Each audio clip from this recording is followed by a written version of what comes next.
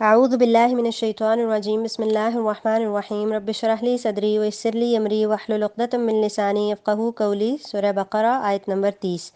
وَإِذْ اور جب قال کہا ربک تیرے رب نے للملائکۃ ملائکہ سے فرشتوں سے انی بے شک میں جاعل بنانے والا ہوں فی الارض زمین میں خلیفہ ایک خلیفہ۔ قالوا انہوں نے کہا اتجعل کیا تو بنائے گا فیہا اس میں من یفسد جو فساد کرے گا فیہا اس میں ویسفک الدماء اور بہائے گا خون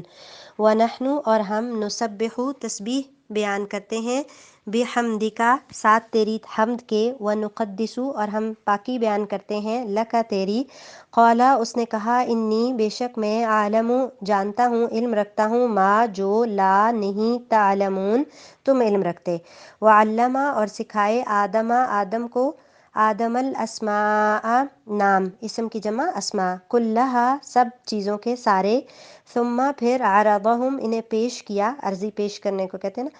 علی الملائکۃ فرشتوں پر فقالا پھر کہا انبئونی مجھے بتاؤ مجھے خبر دو نبأ خبر کو کہتے ہیں باسماء نام ہؤلاء ان چیزوں کے ان ناموں کے بارے میں بتاؤ ان کنتم اگر ہو تم صادقین سچے۔ قالو انہوں نے کہا سبحانک تو پاک ہے لا علم نہیں علم لنا ہمیں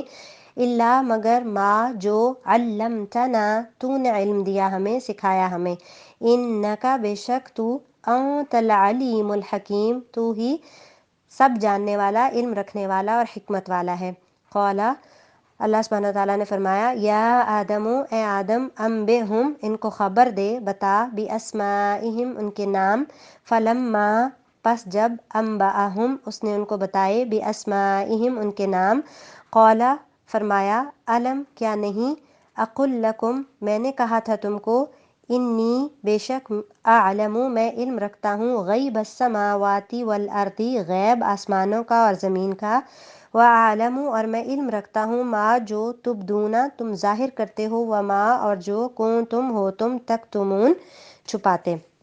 آیت نمبر 30 میں کہا گیا جب تیرے رب نے فرشتوں سے کہا کہ میں زمین میں خلیفہ بنانے والا ہوں تو انہوں نے کہا ایسے شخص کو کیوں پیدا کرتا ہے جو زمین میں فساد کرے گا اور خون بہائے گا اور ہم تیری تسبیح حمد اور پاکیزگی بیان کرنے والے ہیں۔ اللہ تعالیٰ نے فرمایا جو میں جانتا ہوں وہ تم نہیں جانتے۔ اب یہ زمین انسان کے لیے بنائی اور انسانوں کو اللہ تعالیٰ نے اپنی عبادت کے لیے پیدا کیا اور دنیا میں کیوں بھیجا اس کے پیچھے کیا کہانی تھی یہ سنائی کہ فرشتوں سے اللہ تعالیٰ نے کہا کہ میں زمین میں خلیفہ بنانے والا ہوں۔ فرشتوں سے کیوں کہا؟ انسانوں کی تخلیق ایک اہم کام تھا اور کوئی بھی اہم کام کرنے سے پہلے اس سے کنسرن لوگوں کو اس سے باخبر کرنا بہتر ہوتا ہے۔ اللہ تعالیٰ فرشتوں سے مشورہ نہیں کر رہے ان کو اطلاع دے رہے ہیں کہ وہ آنے والی چیز کو پہچان سکیں اس کے مقام سے واقف ہو سکیں۔ انسان انوکھی چیز تھی نا جس کی اس سے پہلے کوئی مثال نہیں ملتی تھی، تو کہا کہ میں زمین میں خلیفہ بنانے والا ہوں۔ اب خلیفہ کون ہوتا ہے جو کسی کے ملک میں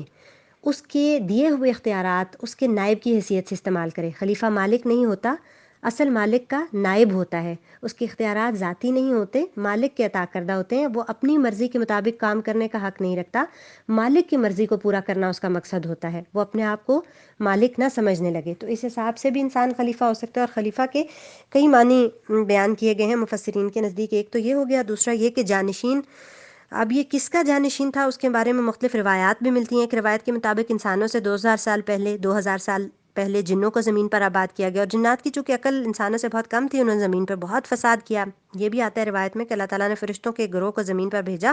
اور انہوں نے جنات کو مار مار کر سمندروں اور جنگلوں یعنی بے آباد جگہوں پر بھیج دیا۔ تو اس کے بعد جب انسانوں کو پیدا کیا گیا تو انسان جنوں کے بعد آنے والا خلیفہ بھی ہو سکتا ہے، جانشین بھی ہو سکتا ہے۔ یا یہ بھی کہ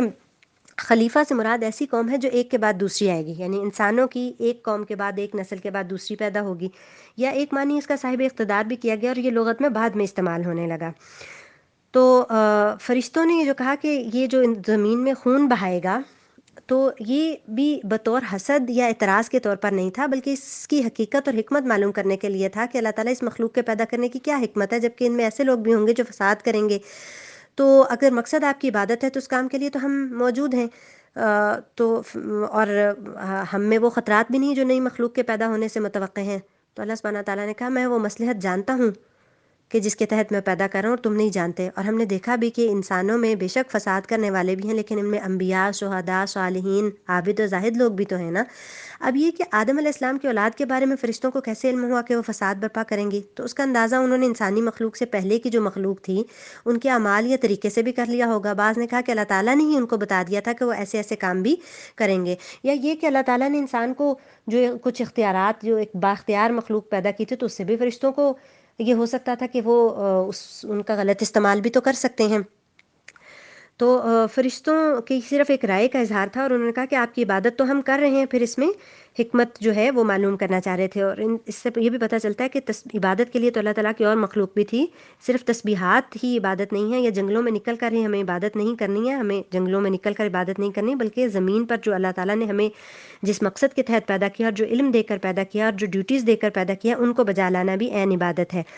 اور پھر اللہ سبحانہ تعالیٰ نے فرمایا کہ اللہ تعالیٰ نے آدم کو تمام نام سکھا کر ان چیزوں کو فرشتوں کے سامنے پیش کیا، اور فرمایا اگر تم سچے ہو تو ان چیزوں کے نام بتاؤ۔ اب اسماء سے مراد انسانوں یا چیزوں کے نام تھے، اور ان کی خصوصیات اور فوائد کا علم تھا جو اللہ تعالیٰ نے آدم علیہ السلام کو سکھایا، اور پھر ان سے کہا کہ آدم ان کے نام بتاؤ، تو انہوں نے فوراً بیان کر دیے، فرشتے نہ بیان کر سکے۔ تو فرشتوں کے سامنے آدم علیہ السلام کی تخلیق کی حکمت بھی واضح ہو گئی، اور یہ علم کی اہمیت اور فضیلت بھی واضح ہو گئی، اور یہ بھی پتہ چل گیا کہ عالم الغیب جو ہے وہ اللہ سبحانہ تعالیٰ ہی ہے، اور وہی ہر چیز کی حکمت جانتا ہے۔ تو جب انسانوں کے نام سکھائے یا دنیاوی چیزوں کے نام سکھائے، تو اس سے پتہ یہ بھی چلتا ہے کہ اگر یہ دنیاوی چیزوں کے نام تھے تو سائنس کا علم جو ہے وہ بھی تو دنیا کو ڈسکور کرنے کا ہی ہے نا نام، یعنی اللہ سبحانہ تعالیٰ نے ساری چیزیں پیدا کی ہیں، لیکن ان کو ہم ڈسکور کرتے ہیں تو یہ سائنس کا علم ہے۔ تو یہ سارے علوم دینی ہیں یا دنیاوی ہیں، یہ اللہ تعالیٰ ہی نے ہمیں دیے ہیں۔ پھر فرمایا کہ ان سب نے کہا کہ اللہ تیری ذات پاک ہے، ہمیں تو صرف اتنا ہی علم ہے جتنا تو نے ہمیں سکھا رکھا ہے، پورے علم و حکمت والا تو ہی ہے۔ اللہ تعالیٰ نے حضرت آدم سے فرمایا تم ان کے نام بتا دو، جب انہوں نے بتا دیے تو فرمایا کہ میں نے تمہیں پہلے نہیں کہا تھا کہ زمین اور آسمانوں کا غیب میں ہی جانتا ہوں، اور میرے علم میں ہے جو تم ظاہر کرتے ہو اور جو تم چھپاتے ہو۔